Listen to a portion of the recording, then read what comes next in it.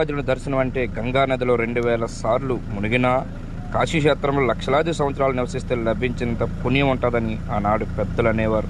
శ్రీశైలం క్షేత్రాన్ని దర్శిస్తే లభిస్తుందని ధార్మికుల విశ్వాసం.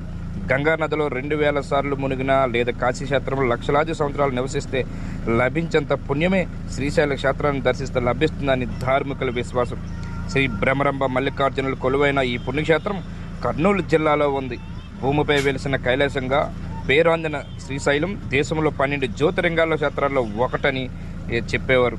ఆదిశక్తి కొలువుదీరిన 18 శక్తిపీఠాల్లో బ్రహ్మరంభ వెలిసిన ప్రాంతంగాను శ్రీశైలానికి ప్రత్యేక స్థానం ఉందని, అందుకే శ్రీశైలం బ్రహ్మరంభ మల్లికార్జున స్వామి క్షేత్రంగా పేరించింది. క్రీస్తుపూర్వం 3వ శతాబ్దం నుంచి ఈ క్షేత్రాన్ని ప్రాముఖ్యత ఉంది.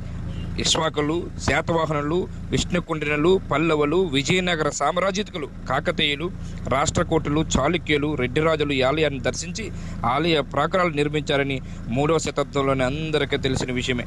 చైనా యాత్రికుడు హ్యూమన్ స్థంగం రాసిన గ్రంథంలో శ్రీశైలం ప్రసక్తి ఉంది.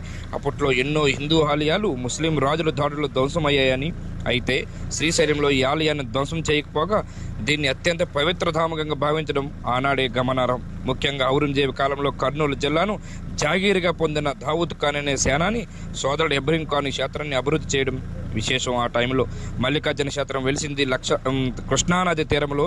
బ్రహ్మగారి రాజధానిగా చంద్రకేతుడని రాజు పాలించేవాడు. సంతానం కోసం పరితపిస్తున్న ఆ రాజుకు లేక ఓ అమ్మాయి జన్మించింది. ఆమెకు చంద్రమతిని నామకరణం చేశారు. ఆమె పుట్టిన తర్వాత రాజు రోహితులు జైత్యాత్ర ముహూర్తం పెట్టారు. చంద్రకేతుడు బ్రహ్మగిరి నుంచి మొదలుపెట్టిన జైత్యాత్రను రాజ్య విస్తరణ కాక్షంతో కొన్నేళ్ల పాటు అలా కొనసాగిస్తూనే ఉన్నారు. అలా కొన్నేళ్లు గడిచిన తర్వాత చంద్రకేతుడు జైత్యాత్ర ముగించి తిరిగి బ్రహ్మగిరికి చేరుకున్నారు. అంతాపురంలో అందమైన కన్యను చూసి చంద్రకేతుడు మనసు పారేసుకున్నాడు.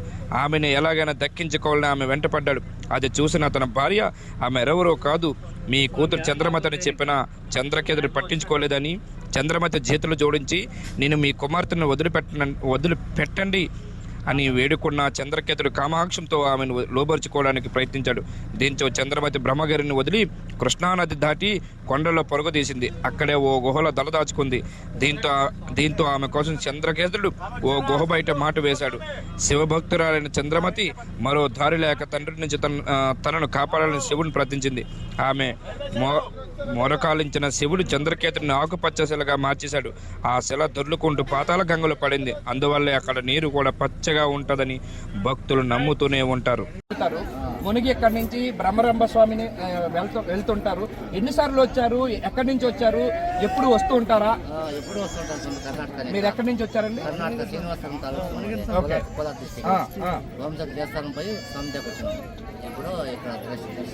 అసలు ఎన్నిసార్లు వచ్చి 4 సార్లు వచ్చారు? 4 సార్లు వచ్చిన తర్వాత ఇక్కడికి వచ్చిన తర్వాత మీకు అనుకున్న కోరికలు ఏమైనా తీరాయా? పక్కగా. అసలు ఈ స్వామి సాక్షాత్తు శివుడే ఇక్కడ కాలు మోపారని చెప్పి 3వ శతాబ్దంలో చెప్పినటువంటి మాటలు తెలుసా? ఇక్కడ చాణక్యులు, కాకతీయులు, రెడ్డి రాజులు, ఇక్కడ విజయనగర సామ్రాజ్యులు అందరూ పాలించినటువంటి ఒక ప్రదేశం. మీరు ఎట్లా అనుకుంటున్నారు? సాక్షాత్తు శివుడు మన కళ్ళెదుంటున్నాడు అనిపిస్తుంది. థ్యాంక్ యూ అండి. ఇక్కడ పాతాళ గంగకు వచ్చారు. ఇక్కడికి ఎన్నిసార్లు వచ్చారు? ఇక్కడ నుంచి బ్రహ్మరంభ మల్లికార్జున స్వామిని ఇక్కడ స్నానం చేసాక వెళ్తారా ఏంటి? ఎట్లా స్వామి, మేము నేటికి 30 సంవత్సరాల నుంచి శబరిమల వస్తున్నాం. అదేవిధంగా ఈ శ్రీశైలం కూడా ప్రతి సంవత్సరమే యాత్రకు వస్తాం. ఫస్ట్ పాతాళ గంగకి వచ్చి స్నానం చేసి తర్వాత స్వామి దగ్గరికి శ్రీశైలం శివుడిని తర్వాత బ్రహ్మరాంబని దర్శించుకొని స్వామిని తాలూకా దీవులు తీసుకొని మేము తర్వాత యాత్రలు చేసుకొని తర్వాత శబరిమలకి వెళ్తాం. ఈ 30 సంవత్సరాల నుంచి మీరు వస్తున్నారు. ఈ 30 సంవత్సరాల నుంచి మీ ఇక్కడికి వచ్చిన తర్వాత మీ కష్టాలు కానీ బాధలు కానీ స్వామికి ఇచ్చారంటారా? స్వామి తాలూకా దీవెనలు ఎప్పుడు మనకు ఉంటాయి. స్వామి దీవిస్తారనేసి ప్రతి సంవత్సరానికి వస్తున్నాం. స్వామి తాలూకా దీవెనలు ప్రతి సంవత్సరం మనకు ఉంటాయి. ఎలవెల్లా స్వామి తాలూకా దీవెనలు మనకు ఉంటాయి. స్వామి అసలు యాక్చువల్గా 3వ శతాబ్దంలో నిర్మించినటువంటి బ్రహ్మరంభ మల్లికార్జున స్వామి సాక్షాత్తు శివుడే ఇక్కడ కాలు మోపారని ఆనాడు ఉజ్జయినిలో కానీ కేదార్నాథ్లో కానీ ముఖ్యంగా ఈ దేశంలో మూడో రాష్ట్రంగా ఉన్నటువంటి ఆంధ్రప్రదేశ్లో కాలు మోపడం ఉన్నది. అసలు ఎంతవరకు అనుకుంటాం? స్వామి జ్యోతిర్లింగాలు 12 జ్యోతిర్లింగాలు ఒక లింగం స్వామి ఇక్కడ శ్రీశైలము శివుడు ఒక లింగం స్వామి. అలాగే శక్తిపీఠాలు 18 శక్తిపీఠాలు ఉన్నాయి. బ్రహ్మరాంబిక ఒక శక్తిపీఠం స్వామి.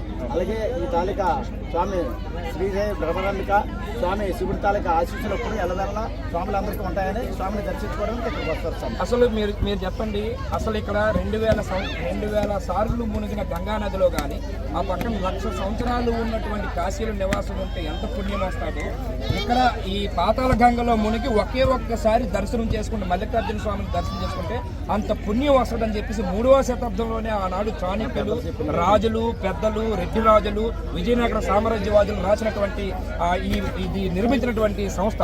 ఏమనుకుంటారు మీరు? పూర్వీకులు చెప్పినవన్నీ ఎప్పుడు కూడా నమ్మాలి మనం. ఎందుకంటే పూర్వీకులు జరిగినవే చెప్తారు, జరగలేనివి ఏవి చెప్పరు. కాబట్టి పూర్వీకులు ఏవి చెప్తారో అది మనం ఫాలో అయితే ఆటోమేటిక్గా మనకు కూడా దేవుడు కరుణిస్తాడు, దేవుడు చల్లగా చూస్తాడు. మనం కూడా. మీరు ఎక్కడి నుంచి వచ్చారు? మల్కాపురం, వైజాగ్ నుంచి వచ్చారు. ఇది ఈ రోజు ఇక్కడ పాతాళ గంగ దగ్గరకు వచ్చున్నాము. విశ్వాస్ టీవీ ఆధ్వర్యంలోనే వచ్చిన తర్వాత ఇక్కడ అనేకమైన విషయాలు బయటపడ్డాయి. చాలా మంది చెప్తున్నారు ఇక్కడ దేశ నలుమూలల నుంచి కాకుండా ప్రపంచవ్యాప్తంగా ఇక్కడ భక్తులు వస్తూ ఉంటారు. ఇక్కడ మేము కోరుకున్న కోరికలు కానీ మేము అనుకున్న ఏమి అనుకున్నా సరే తీరుతాయని చెప్పి అంటున్నారు. ఇక్కడ ఒక స్వామి కూడా చెప్పుకున్నారు 30 సంవత్సరాల నుంచి మేము వస్తున్నాము. మీ 30 సంవత్సరాలు నేను వస్తానంటే కారణం ఏంటంటే ఆ స్వామి మాకు ఇచ్చినటువంటి ఆత్మసాక్షి అని చెప్పేసి చెప్తున్నాను. థ్యాంక్ యూ వెరీ మచ్ అండి.